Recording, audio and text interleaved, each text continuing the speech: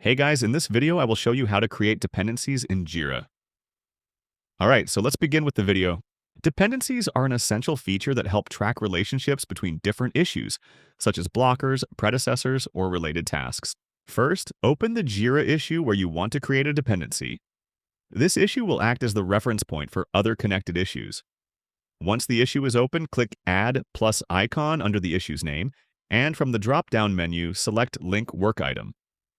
This allows you to establish a connection between your current issue and others that are dependent or related to it.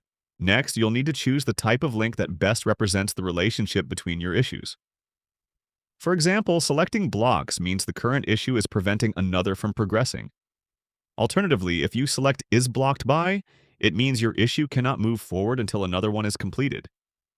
Lastly, you can choose Relates To, which connects two issues without implying dependency or sequence. It's a flexible option for tracking tasks that are associated but independent. Once you've selected the correct link type, enter the issue key or use the search option to find the issue you want to link. After confirming the issue and the type of relationship, click Link to save your changes. And that's it. So that is how you can create dependencies in Jira. So that's all for this video. Thanks.